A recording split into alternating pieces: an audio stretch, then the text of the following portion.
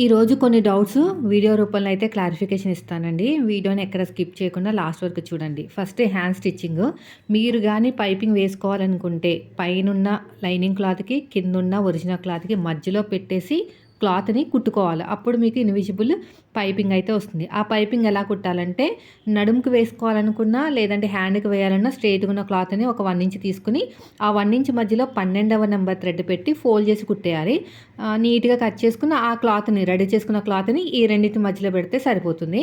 అయితే వీళ్ళు పైపింగ్ వేయమని నాకేం చెప్పలేదు కాబట్టి కింద లైనింగ్ క్లాత్‌ని పైన, కింద ఒరిజినల్ క్లాత్ సీదా నా వైపు పెట్టేశానండి. ఒక కుట్టు వేసేసాను పాదం ఇంచు డిఫరెన్స్ తోటి. ఇప్పుడు ఇలా లైనింగ్ మీద కుట్టు పడేటట్టు నీట్‌గా ఇలాగ కుట్టుకుంటూ వెళ్ళిపోండి. ఇలా మొత్తం కూడాని లైనింగ్ మీదే కుట్టు పడాలి. మళ్ళీ ఫోల్డింగ్ చేసేసుకుని ఇలాగ ఫోల్డింగ్ చేసేసుకుని నీట్‌గా స్టిచ్ చేసుకుంటూ వెళ్ళిపోవాలి. ఇలా ఫోల్డింగ్ చేసేసుకుని ఇలా కుట్టుకుంటూ వెళ్ళిపోండి. ఇలా మొత్తం కూడాని. వీడియో నచ్చితే మాత్రం లైక్ చేయండి. ఇలా ఫోల్డింగ్ చేసుకుని నీట్‌గా స్టిచ్ చేసుకుంటూ వెళ్ళిపోవాలి. మళ్ళీ ఒరిజినల్ క్లాత్‌ని, లైనింగ్ క్లాత్‌ని జాయిన్ చేసేసుకోండి. ఇలా చక్కగా జాయిన్ చేసుకుంటూ వెళ్ళిపోవాలి. ఇటు సైడ్ కూడా అంతే. చేత్తోటి అద్దుకుంటూ వెళ్ళాలండి. అప్పుడే మీకు ఫినిషింగ్ అనేది నీట్‌గా వస్తుంది. దీనికి సంబంధించిన బ్లౌజ్ కటింగ్ అనేది వీడియో నేను ఆల్రెడీ పోస్ట్ చేశాను. ఎవరికైనా ఇంట్రెస్ట్ ఉన్న వాళ్ళు వెంటనే చూడండి. ఇప్పుడు ఎగస్ట్రా ఉన్న క్లాత్‌ని కూడా నీట్‌గా కట్ చేసేయండి. నాకేమీ అతుకులు పడవు చంక దగ్గర. ఆర్మ్ లూజ్ అనేది 7వ నెంబర్ వరకు వస్తే ఎగస్ట్రా ఖర్చు కోసం 2 ఇంచులు తీసుకుంటాం కదా, సరిపోతుందనమాట. అదే 8వ నెంబర్‌తో వస్తేనే మనకి సైడ్‌కి అతుకులు పడతాయి. అది కూడా ఖర్చులోకి వెళ్ళిపోతాయి. బయటికి ఏం కనిపించవు. ఇలా నీట్‌గా ఇలా కట్ చేసుకోండి. ఇప్పుడు హ్యాండ్ లూజ్ దగ్గర కరెక్ట్‌గా పెట్టేసుకోండి. ఈ మిడిల్‌లో చిన్న టక్ పెట్టేసేయండి. హ్యాండ్ లూజ్ దగ్గర కరెక్ట్‌గా పెట్టుకోండి ఇలాగా. ఆర్మ్ లూజ్ దగ్గర ఏమైనా ఎక్కువ తక్కువ ఉంటే కట్ చేసుకోవాలి. సో ఈ హ్యాండ్ అయిపోయింది కదా, రెండవ హ్యాండ్ చూపిస్తాను. దీన్ని కూడా అంతే ఇలా కరెక్ట్‌గా పెట్టేసుకోండి.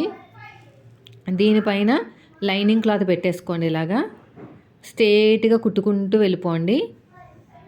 ఇలా మొత్తం కూడా స్ట్రెయిట్‌గా నీట్‌గా కుట్టుకుంటూ వెళ్ళిపోవాలి. ఇప్పుడు ఎగస్ట్రా ఉన్న క్లాత్‌ని కూడా కట్ చేసేయండి. ఇదంతా ఎగస్ట్రా ఉన్న క్లాత్‌ని మొత్తం కూడా నీట్‌గా కట్ చేసుకుంటూ వెళ్ళిపోవాలి. మళ్ళీ ఓపెన్ చేసేసుకుని లైనింగ్ మీద కుట్టు పడేటట్టు వేసుకోవాలన్నమాట ఇలాగా. మళ్ళీ ఇలా ఫోల్డ్ చేసేసుకుని నీట్‌గా స్టిచ్ చేసేయండి. ఇలా నీట్‌గా స్టిచ్ చేసుకుంటూ వెళ్ళిపోవాలి. కార్నర్కి బాగా కార్నర్కి అయిపోయింది. ఇంకా ఒరిజినల్ క్లాత్‌ని, లైనింగ్ క్లాత్‌ని జాయిన్ చేసుకుంటే అయిపోతుంది. ఇప్పుడు చూడండి, నేను బ్లౌజ్లో ఫ్రంట్ పార్ట్ కోసం చెప్తున్నాను. మెయిన్ డాటు షోల్డర్కి తిన్నగా వేసుకోవాలి. తర్వాత ఉక్సు పట్టి, కాజా పట్టి దగ్గర ఉన్న డాటు, తర్వాత చంక దగ్గర ఉన్న డాటు నేను చూపిస్తాను చూడండి. ఇక్కడ బ్యాక్ పార్ట్ అండి. నడుము దగ్గర ఈక్వల్గా పెట్టుకుని షోల్డర్కి తిన్నగా కుట్టు వేసేసుకోవాలి. ఇక్కడ కూడా అంతే. ఇలా కరెక్ట్గా పెట్టేసుకుని నడుము దగ్గర షోల్డర్కి తిన్నగా కుట్టు వేసుకుంటూ వెళ్ళిపోండి. అయిపోయిందండి. ఇప్పుడు షేప్ బెల్ట్ ఉల్టా సీదా పడకుండా ఎలా కుట్టాలో చెప్తాను. ఈ రెండిట్లకి షేప్ బెల్ట్ అనేది ఇలా ఉంటుందన్నమాట. ఎటువైపు ఏది ఎటువైపు రావాలో తెలిస్తే సరిపోతుంది. ఫస్ట్ కింద ఒరిజినల్ క్లాత్ పెట్టండి. పైన 2 లేయర్స్ ఉన్న లైనింగ్ క్లాత్. ఒకటేమో కొలతలతో కట్ చేసింది, ఇంకోటేమో నార్మల్గా కట్ చేసింది. అంటే కొలతలతో కట్ చేసిన దాన్ని పట్టుకుని ఇంకోటి కట్ చేసాను అనమాట. అంటే వేస్ట్ క్లాత్ అవ్వచ్చు, అదే క్లాత్ అవ్వచ్చు. ఏ షేప్ అయితే మీకు ఉక్సు పట్టి, కాజా పట్టి వైపుకి వెళ్తుందో ఆ షేప్ అనేది పాదం వైపు పెట్టాలి. కింద ఒరిజినల్ క్లాత్, పైన 2 లేయర్స్ ఉన్న లైనింగ్ క్లాత్ ఇలాగా. ఇప్పుడు ఎగస్ట్రా ఉన్న క్లాత్ని కూడా ఇలా నీట్గా ఇలా కట్ చేసేయండి. ఇలా ఓపెన్ చేసేసుకుని ఒక టాప్ స్టిచ్ అయితే వేసేసేయండి. ఇలా మొత్తం కూడాని. మళ్ళీ క్లోజ్ చేసేసుకుని ఇంకొక స్టిచ్ వేసేసేయండి. ఇలా క్లోజ్ చేసుకుని ఇంకో కుట్టు అనేది వేసేసుకోండి. ఇలా మొత్తం కూడాని. ఇప్పుడు ఎగస్ట్రా ఉన్న క్లాత్ని కూడా కట్ చేసేయండి ఇలాగా. ఇలా ఎక్స్ట్రా ఉన్న క్లాత్ని కూడా నీట్గా కట్ చేసుకుంటూ వెళ్ళిపోవాలి. ఈ సైడ్ కూడా అంతేనండి.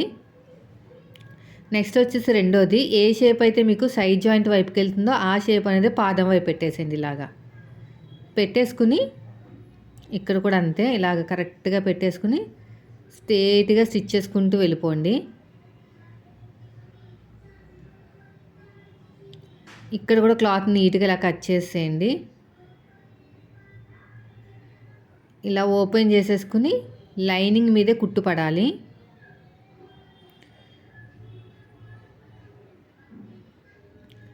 మళ్ళీ ఇది క్లోజ్ చేసేసుకుని ఇంకొక స్టిచ్ వేయండి.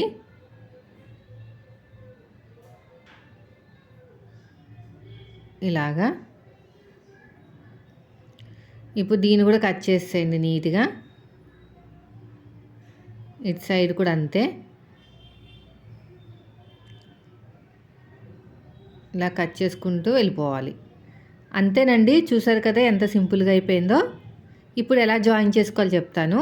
ముందుగా రెడీ చేసుకున్న ఫ్రంట్ పార్ట్ ఉంది కదా, దీని మీద ఇలా పెట్టేసుకుని ఇలా కుట్టుకుంటూ వెళ్ళిపోండి. షేప్ బెల్ట్ ఇలా డిజైన్ ఇలా కుట్టుకోవాలన్నమాట. ఇలా మొత్తం కూడాని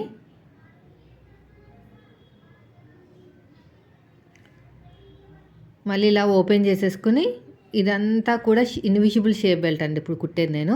ఇదంతా లోపలికి ఇలా ఫోల్డ్ చేసేసుకుని కరెక్ట్గా రావాలి. ఇక్కడ ఇలా కుట్టుకుంటూ వెళ్ళిపోండి. ఇలా మొత్తం నీట్గా స్టిచ్ చేసేసుకోవాలి. ఇలా చూస్తున్నారు కదా, ఇలాగా.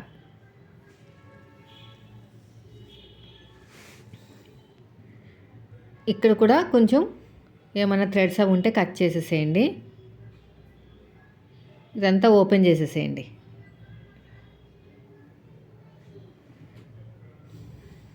ఓపెన్ చేసేసుకుని ఇక్కడ ఎగస్ట్రా ఉన్న క్లాత్ని నీట్గా ఇలా కట్ చేసుకోండి స్ట్రేట్గా రావడానికి. రెండోది కూడా అంతే. సో ఇదండి ఈరోజు వీడియోలో టిప్స్. నచ్చితే లైక్ చేయండి.